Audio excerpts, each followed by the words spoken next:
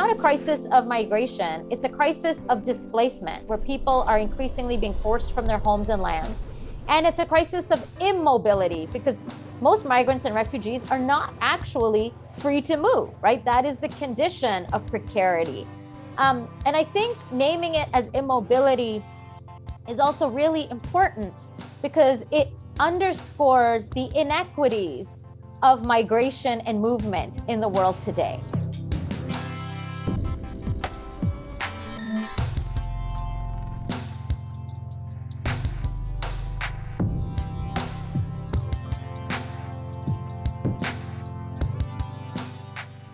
I've never had this experience before where it was so diverse like this, with so many people from these different backgrounds.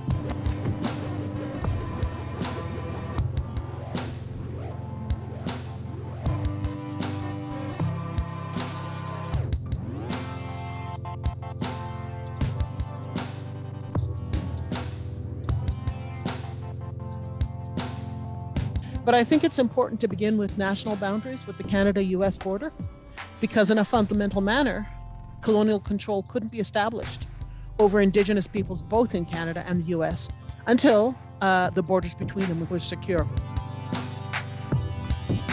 The idea that the US is made up of voluntary immigrants, of course, erases the violent pupilling of the US. In particular, I'm talking about the forcible inclusion into the US nation state of people through settler colonialism, through chattel slavery, through conquest, through annexation. So that many people in the US historically have not come here voluntarily.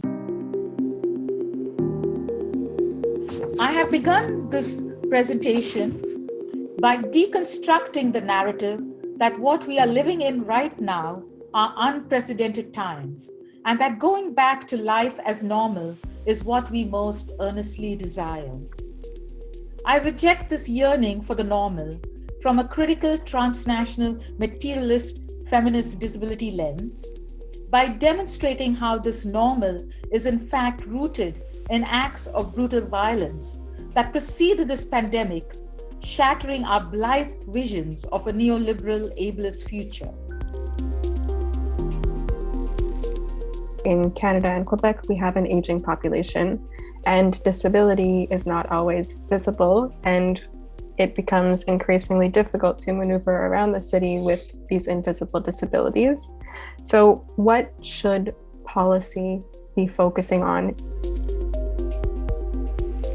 And those of us who know about refugee circumstances also know that Canada loves to act benevolent about accepting refugees without ever addressing the fact that Canadian resource companies in particular play such a powerful role in destabilizing nations across the global south, and therefore creating the refugees that they are so benevolent about.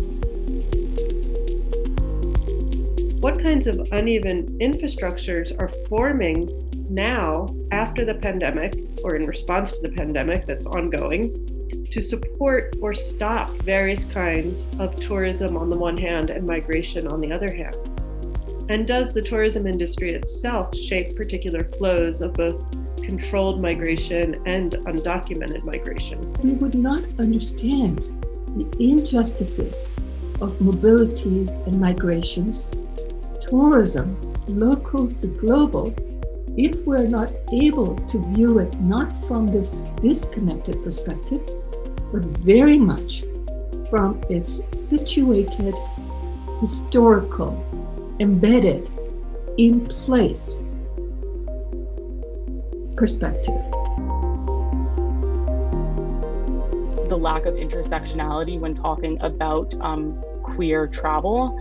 And I think mainly like visibility and often excluding visibility of like queer people when they travel and move across, and contextualizing gay and lesbian tourism in neo-colonialism and what people bring to when they travel. The life of someone without a status like me is very difficult.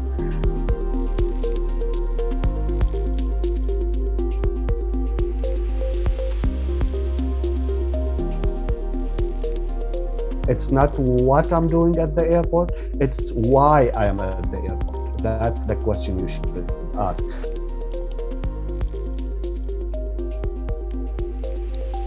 When I ask someone where they're from nowadays, I expect a very long answer.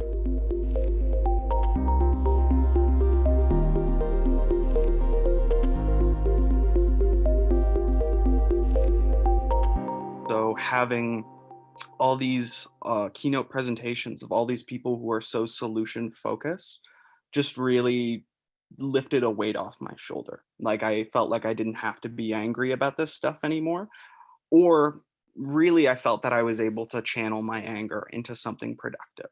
And so we have to refuse borders. We have to refuse the fact that there is a world in which borders can produce differentiations between us and them.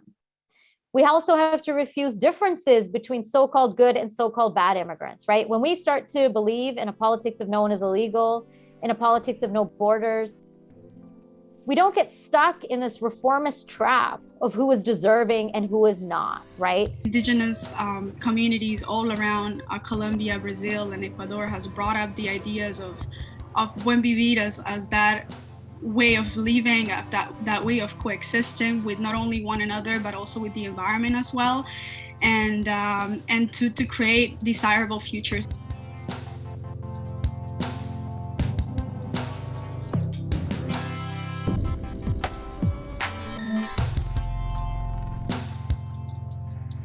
I think what's happened for me that I just wanted to share very quickly is that I'm listening to the world around me with a completely different paradigm.